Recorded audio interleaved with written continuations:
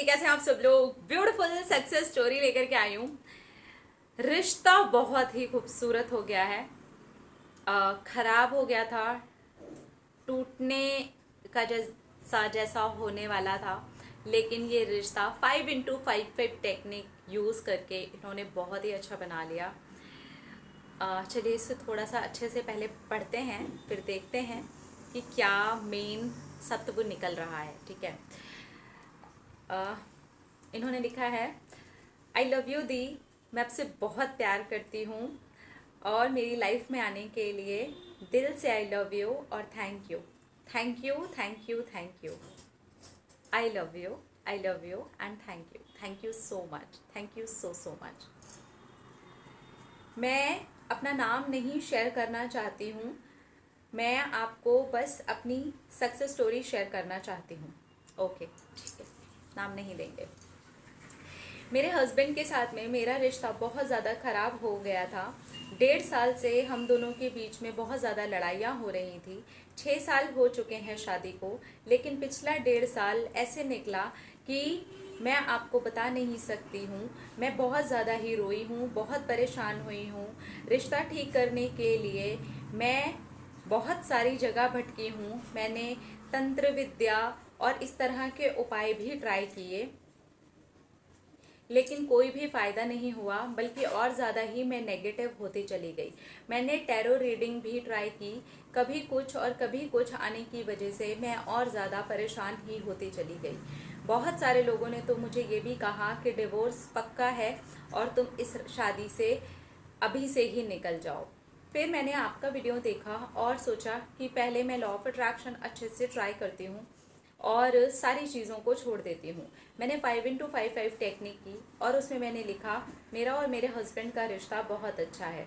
मैंने ये तब लिखा जब 1 महीने पहले मेरे हस्बैंड और मेरी डिवोर्स को लेकर के बातचीत शुरू हो चुकी थी। अब ऐसा माहौल बनने लगा था कि घर वाले भी हमें यही बोल रहे थे कि अलग हो जाओ, और हम दोनों भी अब इस टॉपिक पे बात करने लगे थे।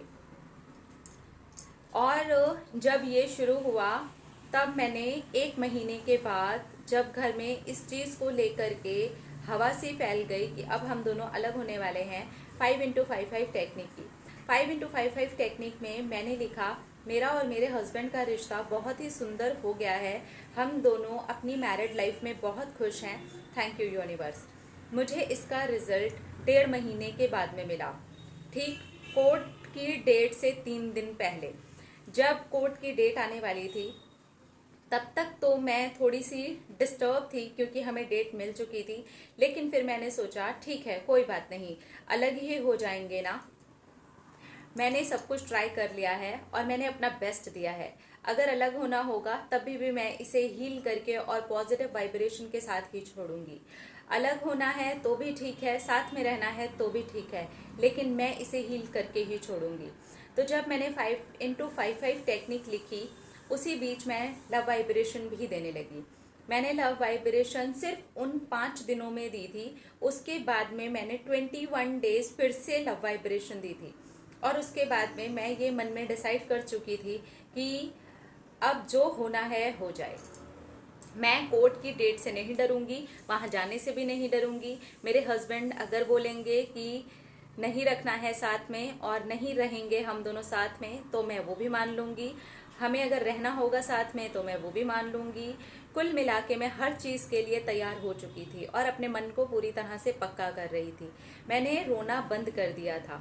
जब कोर्ट की डेट आने वाली थी 3 दिन पहले मेरे हस्बैंड ने आके मुझसे कहा, कल तुम मेरे सपने में आई थी और हम दोनों बहुत ही खूबसूरत शादीशुदा ज़िंदगी जी रहे थे।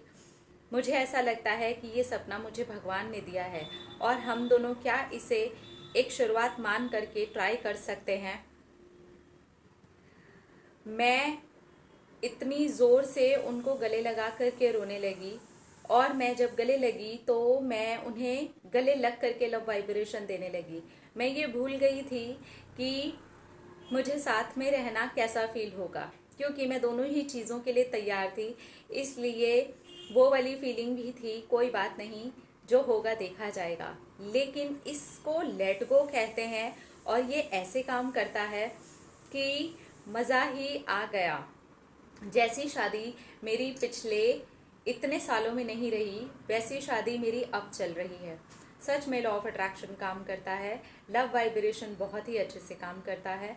लेकिन जो मेरा लेट गो का फेज़ रहा है उसमें मैं बहुत ज़्यादा स्ट्रॉन्ग हो गई हूँ, और अब मैं रिश्ते को बहुत ज़्यादा स्ट्रॉन्ग हो करके ही देखती हूँ, और मैं इसे आगे ही वैसे ही चलाने वाली हूँ। अब मुझे स्ट्रॉन्ग बन करके ही रहना है, और स्ट्रॉन्ग पार्टनर सबको पसंद आता है। मेरे हस्बैंड भी मुझ में बदलाव फील कर रहे हैं और मैं भी उनमें बदलाव फील कर रही हूँ। फाइनली मेरी मैरिड लाइफ बच गई है। हम तो पहली बार भी कोर्ट नहीं गए हैं, और मैं जहाँ जाने के लिए भी तैयार थी। वाह यूनिवर्स वाह, आपने तो चमत्कार ही कर दिया। Thank you. हाँ, कितनी क्यूट सक्सेस स्टोरी है। 5x5 टेक्निक है इसके अंदर, और लव वाइब्रेशन है इसके अंदर, लेट गो है इसके अंदर। ठीक है, लेट गो कितना पावरफुल तरीके से इन्होंने लगाया है, मतलब हर चीज के लिए रेडी हो जाना। ठीक है यार, I am ready, I am ready, I am ready. और फाइनली मैनिफेस्टेशन कंप्लीट हो गया। So it's beautiful. तो अगर ऐसा ही आपके साथ पे भी कुछ चल रहा है तो आप इस तरह से, क्योंकि ये होती है प्रोग्रामिंग की बात, ये होती है आपके वाइब्रेशंस की बात, ये होती है एनर्जी की बात, कि आप जब 21 दिन तक लव वाइब्रेशन का वो करते हैं, मतलब जब आप लव वाइब्रेशन भेजते हैं तो बेसिकली रिलेशनशिप की हीलिंग हो रही होती है। और 5x5 टेक्निक जो है वो आपके सबकॉन्शियस माइंड की प्रोग्रामिंग करने के लिए बेहतरीन टेक्निक है। तो आप इस तरह से इसे ट्राई कर सकते हैं और अपनी ज़िंदगी को खूबसूरत बना सकते हैं। अपना न रखिए ख्याल, अपने आपसे कीजिए ढेर सारा प्यार, ताकि आप अट्रैक्ट करें ढेर सारा प्यार। I love you all, Tata.